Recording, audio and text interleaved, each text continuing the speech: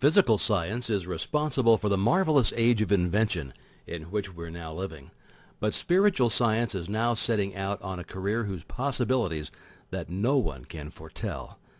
Spiritual science has previously been the football of the uneducated, the superstitious, the mystical, but men are now interested in definite methods and demonstrated facts only. We have come to know that thinking is a spiritual process, that vision and imagination preceded action and event, that the day of the dreamer has come.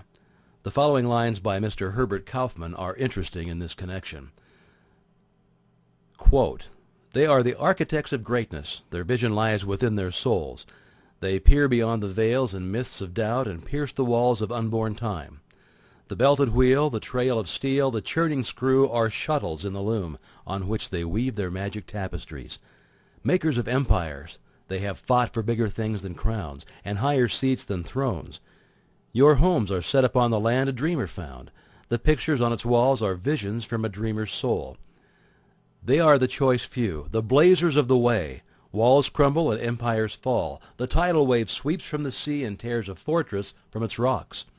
The rotting nations drop off from time's bow, and only things the dreamers make live on."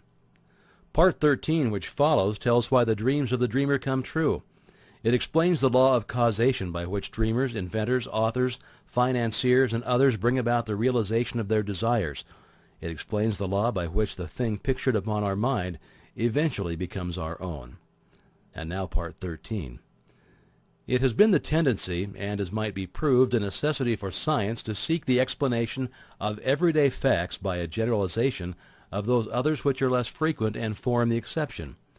Thus does the eruption of the volcano manifest the heat which is continually at work in the interior of the earth, and to which the latter owes much of her configuration. Thus does the lightning reveal a subtle power, constantly busy to produce changes in the inorganic world. And as dead languages now seldom heard were once ruling among the nations, so does a giant tooth in Siberia, or a fossil in the depth of the earth, not only bear record of the evolution of past ages, but thereby explains to us the origin of the hills and valleys which we inhabit today.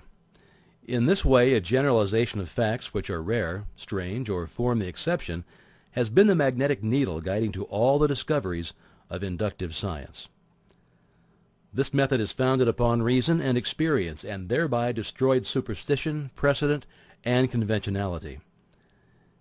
It is almost 300 years since Lord Bacon recommended this method of study, to which the civilized nations owe the greater part of their prosperity and the more valuable part of their knowledge, purging the mind from narrow prejudices, denominated theories, more effectually than by the keenest irony, calling the attention of men from heaven to earth more successfully by surprising experiments than by the most forcible demonstration of their ignorance, educating the inventive faculties more powerfully by the near prospect of useful discoveries thrown open to all than by talk of bringing to light the innate laws of our mind.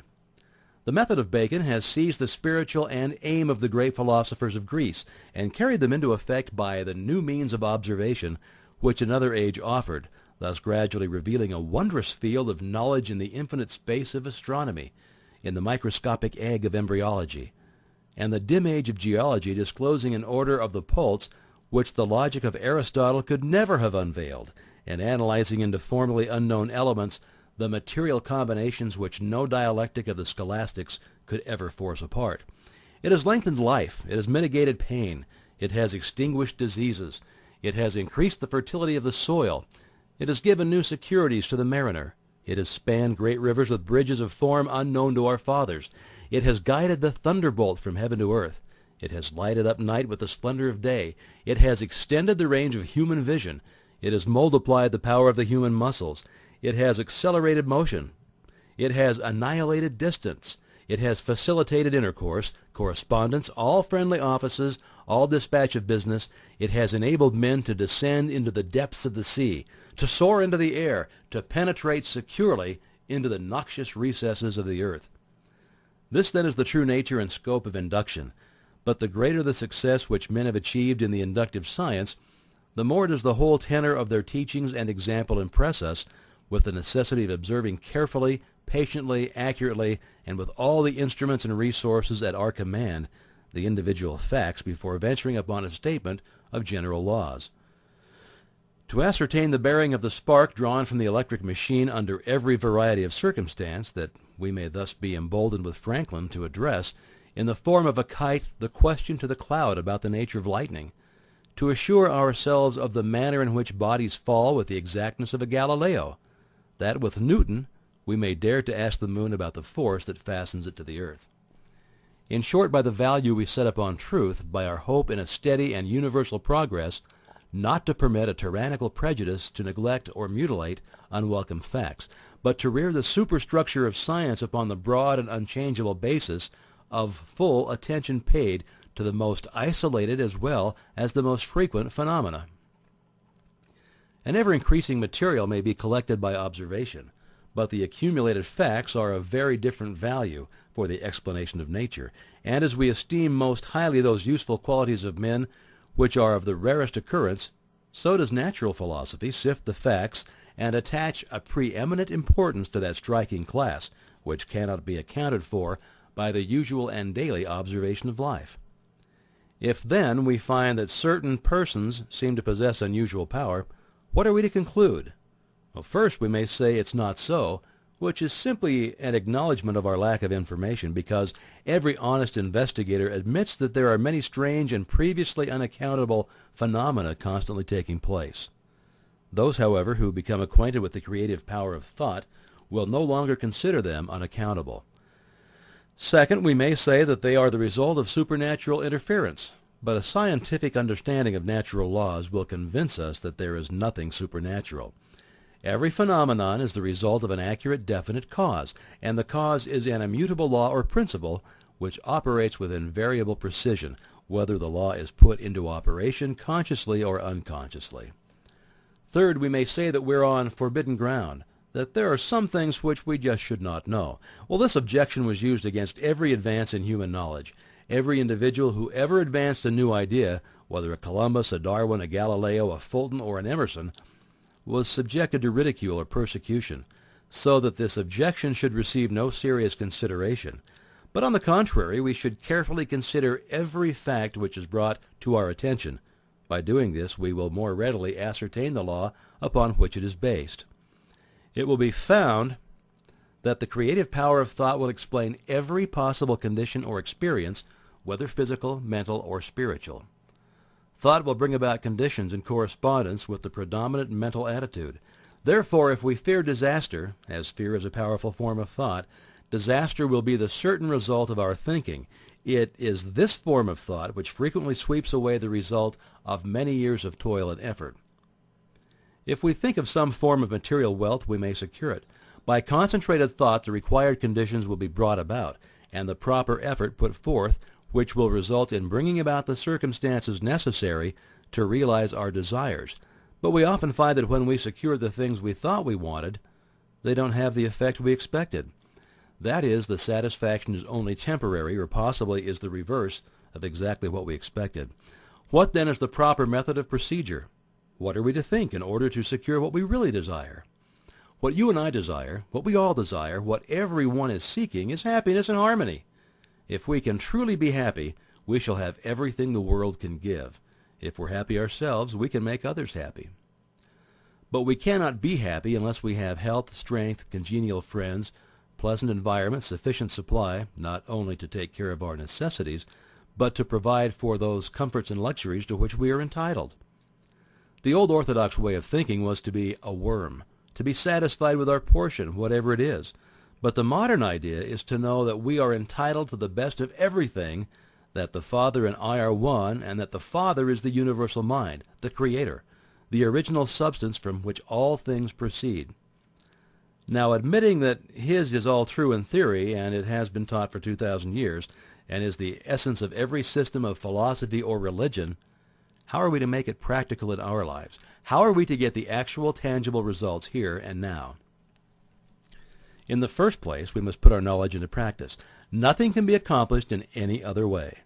The athlete may read books and lessons on physical training all of his life, but unless he begins to give out strength by actual work, he will never receive any strength. He will eventually get exactly what he gives, but he will have to give it first. It's exactly the same with us. we will get exactly what we give, but we shall have to give it first. It will then return to us manyfold, and the giving is simply a mental process, because thoughts are causes and conditions are effects.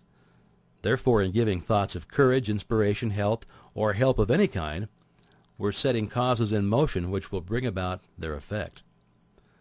Thought is a spiritual activity and is therefore creative. But make no mistake, thought will create nothing unless it is consciously, systematically, and constructively directed. And herein is the difference between idle thinking, which is simply a dissipation of effort, and constructive thinking, which means practically unlimited achievement. We've found that everything we get comes to us by the law of attraction. A happy thought cannot exist in unhappy consciousness. Therefore, the consciousness must change, and as the consciousness changes, all conditions necessary to meet the changed consciousness must gradually change in order to meet the requirements of the new situation. In creating a mental image or an ideal, we are projecting thought into the universal substance from which all things are created. This universal substance is omnipresent, omnipotent, and omniscient. Are we to inform the omniscient as to the proper channel to be used to materialize our demand? Can the finite advise the infinite? This is the cause of failure, of every failure. We recognize the omnipresence of the universal substance, but we fail to appreciate the fact that this substance is not only omnipresent, but it is omnipotent and omniscient, and will consequently set causes in motion concerning which we may be entirely ignorant. We can best conserve our interests by recognizing the infinite power and infinite wisdom of the universal mind, and in this way become a channel whereby the infinite can bring about the realization of our desire. This means that recognition brings about realization. Therefore, for your exercise this week, make use of the principle, recognize the fact that you're a part of the whole, and that a part must be the same in kind and quality as the whole. The only difference there can possibly be is in degree. When this tremendous fact begins to permeate your consciousness, when you really come into a realization of the fact that you, not your body, but the ego, the I, the spirit which thinks, is an integral part of the great whole, that it is the same in substance, in quality, and kind, that the Creator could create nothing different from Himself, you'll also be able to say, the Father and I are one. And you will come into an understanding of the beauty, the grandeur, the transcendental opportunities which have been placed at your disposal. Increase in me that wisdom which discovers my truest interest. Strengthen my resolution to perform that which wisdom dictates. Benjamin Franklin.